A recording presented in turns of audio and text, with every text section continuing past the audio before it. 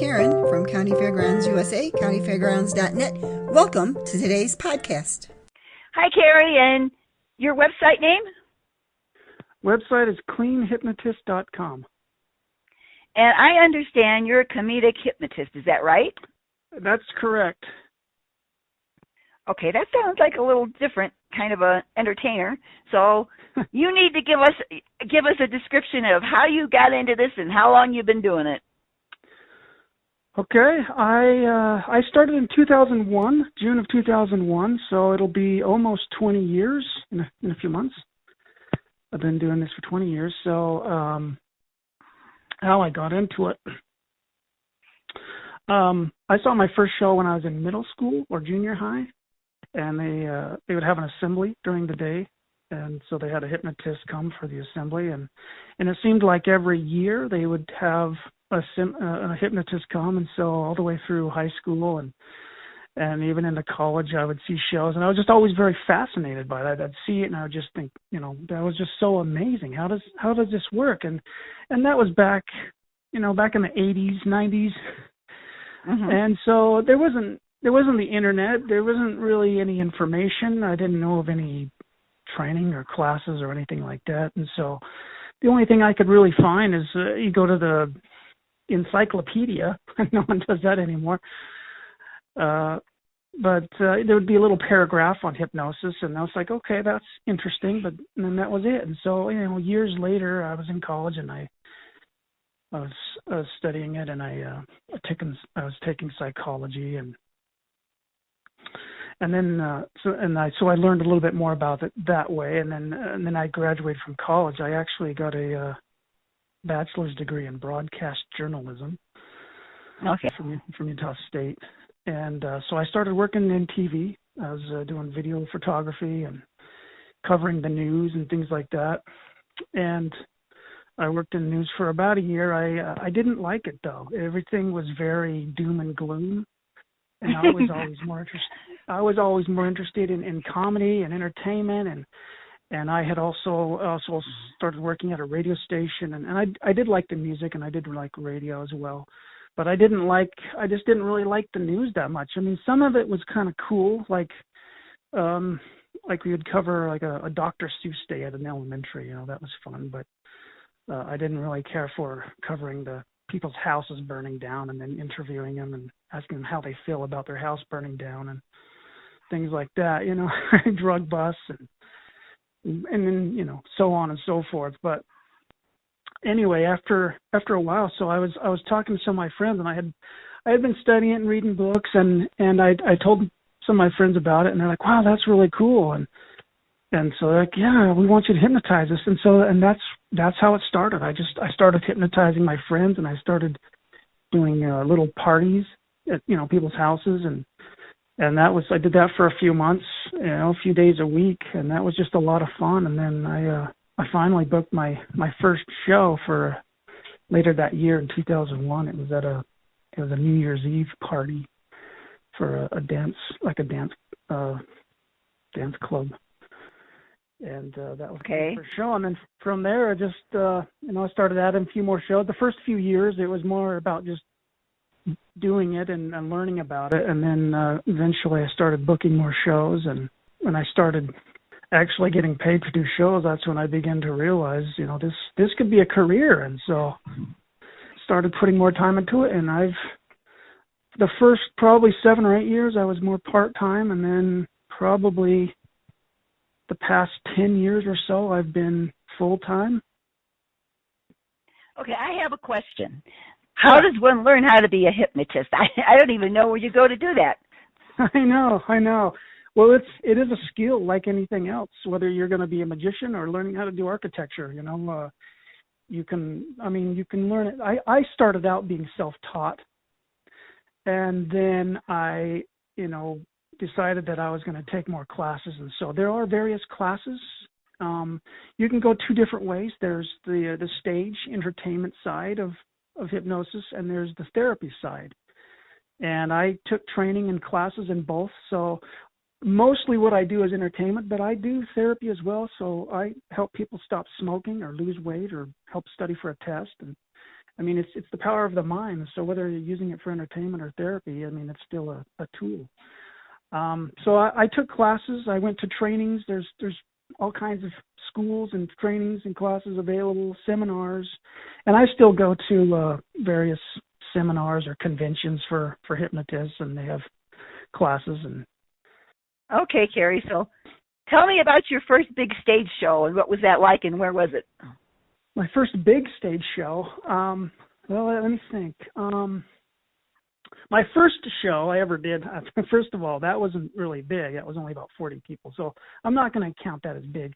I'm going to assume that at least 300 or more is a big show.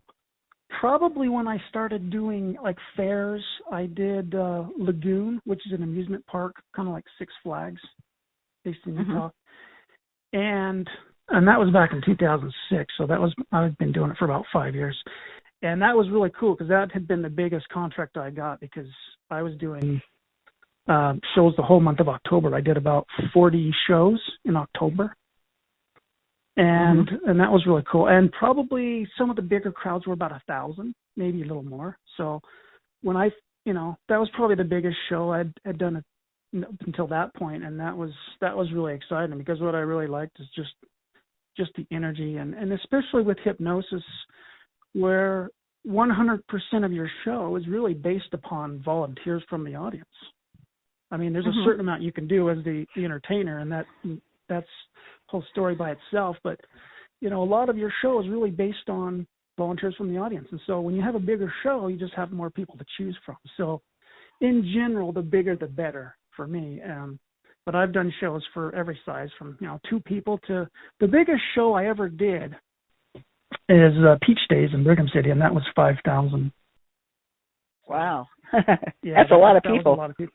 Yeah, and the cool thing about that, and I've been doing that one for about 7 years, and it's to the point where I don't even ask volunteers. They're all already lined up with chairs, and they bring their own chairs up, and they sit down, and we start. I don't even ask for volunteers anymore. But okay, how long is your show, generally speaking? It's generally about an hour. Okay. I can go less. I mean, I've done 20 minutes. I've done an hour and a half. When I did parties and stuff, I mean, it would stretch 2 or 3 hours. It's really I just keep doing more and more things. So, but I think for me, the best timing is about an hour. I feel like people have a really good time, and then you leave them wanting more. And yet they can, after an hour, people get a little restless, maybe they want to go to the bathroom or get something to eat. And so, and especially with fairs, you're generally dealing with about a 45-minute to an hour block of time. And so, they don't want to spend too long watching just one show when there's all kinds of other things to go check out as well. But so I say generally an hour. I mean, sometimes I'll do, if it's like a separate show in like a theater, I may do like an hour and a half. But I feel like an hour is just a really good time frame for doing a show. Okay, so why are you a comedic hypnotist? Well, I really enjoy comedy. One of the best things of doing the show is hear people laugh, and when they come up after the show and say, "Wow, I haven't laughed that hard in years," that to me is what makes it so fun and exciting, that people are having such a good time laughing. And I think if it's comedy, then you're having more fun as far as I'm concerned. I mean, there's a couple approaches you can take. It doesn't have to be comedic. It could be more of a scientific approach, or like you're a professor, an educational approach or something like that. But for me, I've always liked entertainment. I've always liked comedy. I have done a little bit of stand-up comedy, and I've always been a big fan of various comedy things like making parody songs or things like that. So to me, comedy is the funnest to do. Okay. All right. So I saw on your website that you also help. You have like different categories listed that you help people with. You want to tell me a little bit about that? Yeah, that's dealing with the therapy side, and there's really so many things that it can help with. Whether it's for me, the most common one that I get is stop smoking or weight loss. But it can help you with so many things. It can help you block out pain.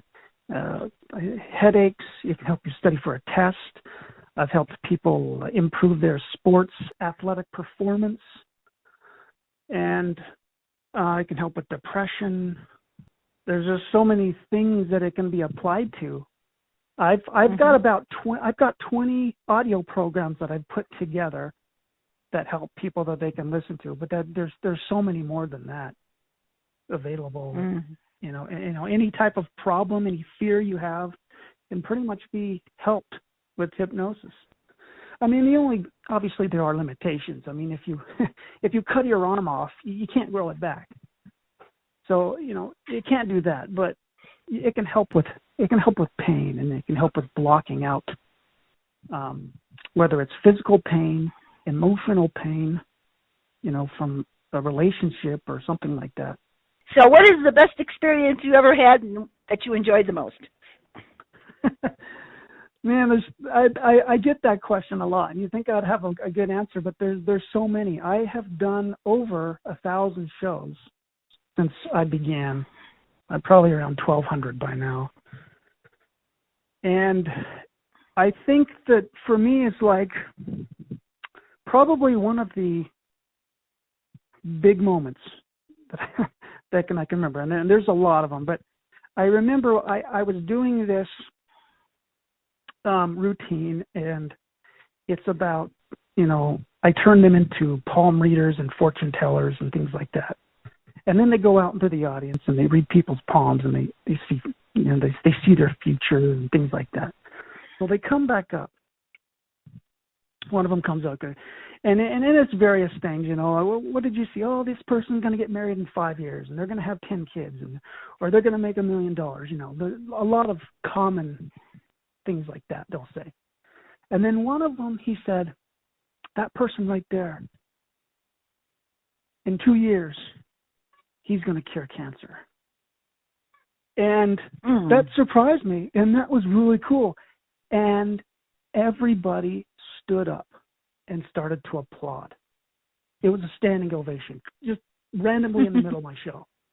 And it was just like, wow, that was really cool.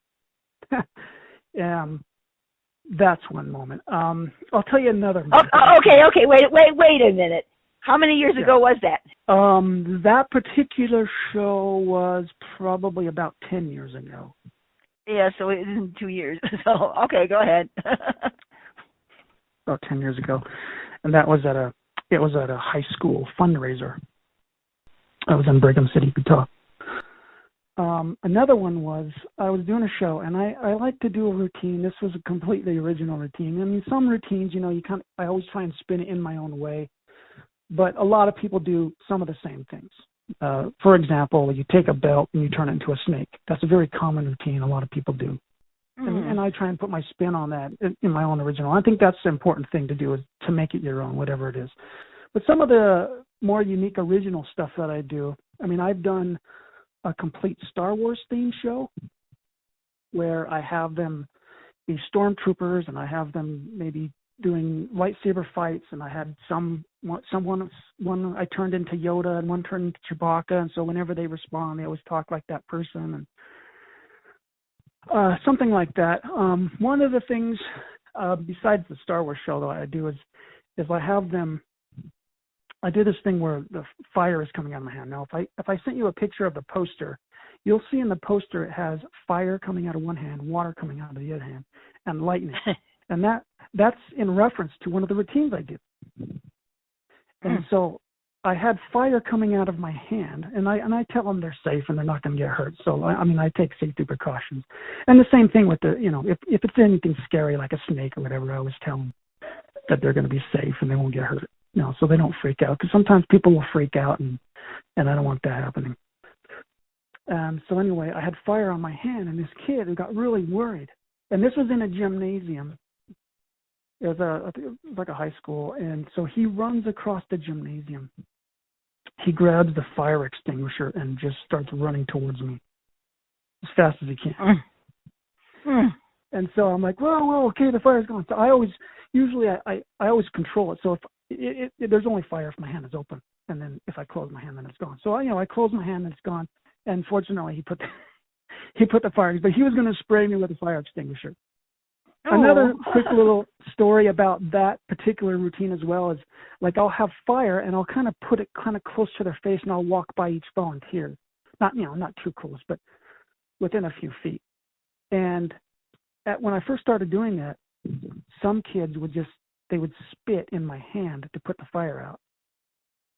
And so that's kind of gross. So I stopped getting so close so that they can't spit in my hand. And, but that's little things that just come up, little moments like that I've, sometimes it's funny. Sometimes you just have to, adjust. Okay, next time I'm going to adjust this differently so that doesn't happen, because it's all unpredictable. So I have to ask, what is the worst experience you've ever had? Oh man, the worst experience. I've had plenty of those too. I think for me, and this is probably common for, I would say, most hypnotists as well, is whenever there's really small crowds, and not that I've had some great shows with small crowds, so that it doesn't mean that you can't have a good show with a small crowd, but it usually means you're kind of at a disadvantage. Anyway, the hardest thing is when a bunch of little kids come up on stage. And little kids can be hypnotized, and they can do great in therapeutic situations, whether it's, stop wetting the bed or whatever. But in a stage show, especially probably anything under about 12 generally, they just don't respond as well, and they're just not as funny.